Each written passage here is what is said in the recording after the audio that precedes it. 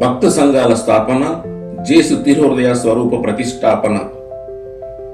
తిరుసభ కార్యక్రమాలలో చురుకుగా పాల్గొంటూ విచారణ గురువులకు సహాయపడటానికి, విశ్వాస సత్యాలను పాటిస్తూ ప్రజలను విశ్వాస పదంలో నడిపించడానికి జ్ఞానాపురం విచారణలో దేవమాత సొడాలిటీ సభ, legion of Mary, Vincent de Paul, youth, మహిళా సంఘాలు, గాయక బృందం, లూర్దు మాతా భజన మండలి, ఉపాధ్యాయ సంఘాలు, సువార్త దళము, తాపీ స్త్రీల సంఘము, ఇలా ఎన్నో సంఘాలను అప్పటి విచారణకర్తలు ఆయా కాలాలు, సందర్భాలను బట్టి స్థాపించారు.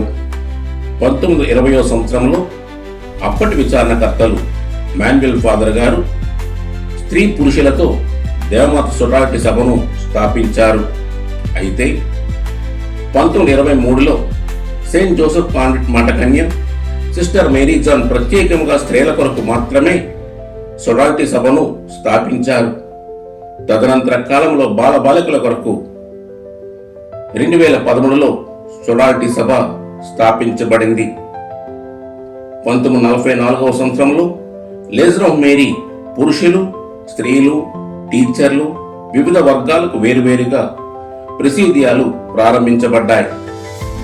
పేదలు, అవసరతలో ఉన్న వారి సహాయార్థం విన్సెంట్ డి పాల్ సంఘాన్ని 1980వ సంవత్సరం ప్రాంతంలో సేవాభావం కలిగిన కొందరు విశ్వాసులకు ప్రారంభించబడింది.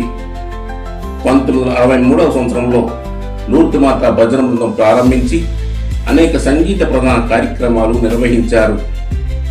ముఖ్యంగా దేవమాత తేరు ప్రదక్షిణ మరియు ముఖ్యమైన పర్వదినం సమయాలలో లూర్దు మాతా భజన బృందం సవ్వడి లేనిదే ఆయా కార్యక్రమాలకు ఘనత లేదు. యువత విచారణకు వెన్నెముక. ఆయా సమయాల్లో ఆయా విచారణ గురువుల ప్రణాళికలను అనుసరించి యువతి యువకులు పలు కార్యక్రమాలు నిర్వహించేవారు. యువదీప్తి, యువక్రాంతి, నవయువత అను పేర్లతో యువతా బృందాలు ఉండేవి.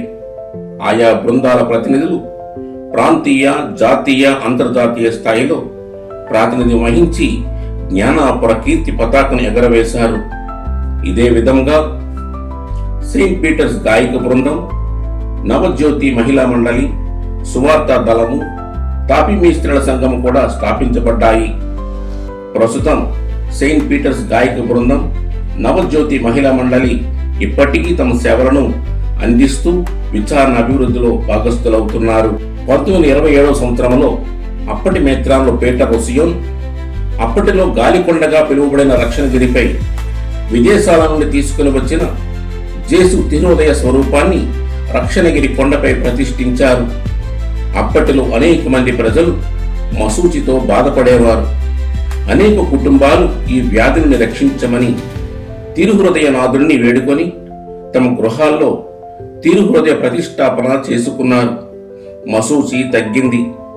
ప్రజలు తిరుహృదయ పతాకాన్ని చేతపూని గాలికొండపైకి ప్రదక్షిణగా వెళ్లి ప్రార్థించి బఠానీలను వచ్చిన వారందరికీ పంచేవారు.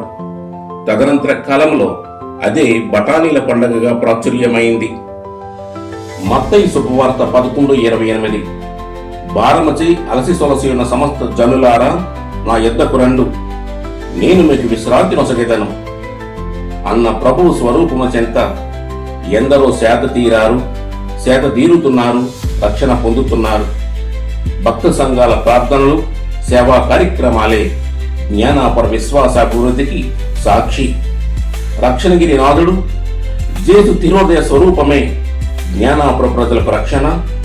జ్ఞానాపుర ప్రజలకే కాదు, విశ్వాస వాసులకే రక్షణగిరి.